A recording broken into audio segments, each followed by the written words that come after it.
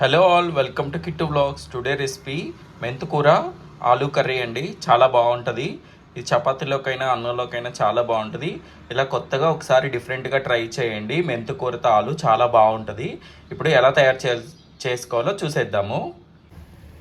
ఒక బౌల్లో వాటర్ తీసుకొని దాంట్లో సాల్ట్ వేసుకొని, రాక్ సాల్ట్, ఇవి ఆలు అంతా ఇలా బాగా బాయిల్ చేసుకోవాలండి. బాగా ఉడకబెట్టుకోవాలి, మెత్తగా ఉడికేంత వరకు.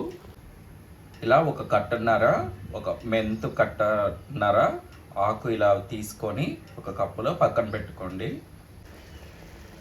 ఆలు బాగా బాయిల్ అయిపోయినాయండి. మీకు ఇంకా ఉడికినాయో లేదో తెలుసుకోవాలి అంటే ఒక నైఫ్ తీసుకుని ఇలా ఇలా ఇలా ఇలా ప్రెస్ చేస్తే ఈజీగా కట్ అయిపోవాలి. సో అప్పుడు బాగా ఉడికినట్లు. స్టవ్ ఆఫ్ చేసేసుకోండి. మెంతుకూర కూడా బాగా వాష్ చేసి పెట్టుకోండి, లేదంటే దాంట్లో డస్ట్ అంతా ఉంటుంది. సో ఇలా ఆలు అంతా స్టెయిన్ చేసుకొని పక్కన పెట్టుకొని, పీల్ తీసుకొని పక్కన పెట్టుకోవాలి. ఇలా ఆలు అంతా పీల్ తీసుకొని ఇలా చిన్న చిన్న ముక్కల్లాగా చేసుకొని పక్కన పెట్టుకోండి. ఒక 1.5 ఆనియన్ కట్ చేసి పెట్టుకోండి. ఇందాక చెప్పాను కదా, ఇది మెంతుకూర కడిగేసి పక్కన పెట్టుకోవాలి. కొంచెం సాల్ట్, కారము, పోపు గింజలు, అల్లం వెల్లుల్లి పేస్ట్. నేను 3 టేబుల్ స్పూన్ల ఆయిల్ వేసుకున్నా. కొంచెం ఆయిల్ ఎక్కువే ఉండాలి, బాగుంటుంది. నూనె కాగిందండి, తాలింపు గింజలు వేసేసుకుందాము. తాలింపు వేగిందండి, ఆనియన్స్ వేసేసుకున్నాము. కొంచెం కరివేపాకు వేసుకోండి. అలాగే ఒక చిటికెడు పసుపు యాడ్ చేసుకోండి. ఒకసారి అలా తిప్పుకొని మళ్ళీ వదిలేసేయండి.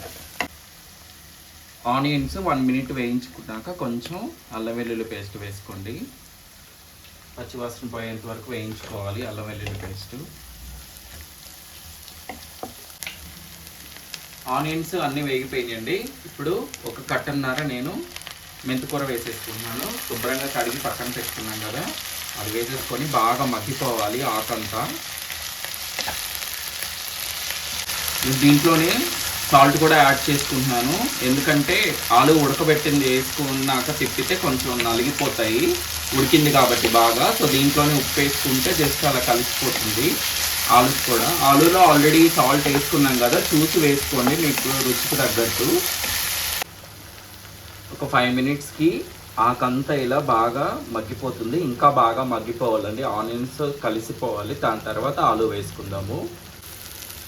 చూడండి, ఆకు బాగా మగ్గిపోయింది నూనెలో, ఆనియన్స్ కూడా బాగా మగ్గిపోయినాయి. ఆకుతో పాటు ఆలు వేసేసుకుందాం ఇప్పుడు.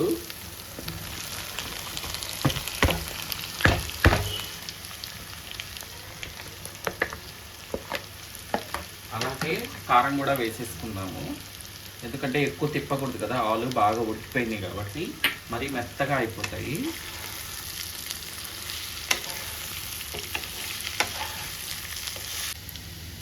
కారము ఆలు వేసుకున్నాక ఒక 2 మినిట్స్ మగ్గనించుకొని లాస్ట్గా కొత్తిమీర వేసేసుకొని ఇంకొక 2 మినిట్స్ మగ్గనించుకున్న తర్వాత స్టవ్ ఆఫ్ చేసేసుకోండి.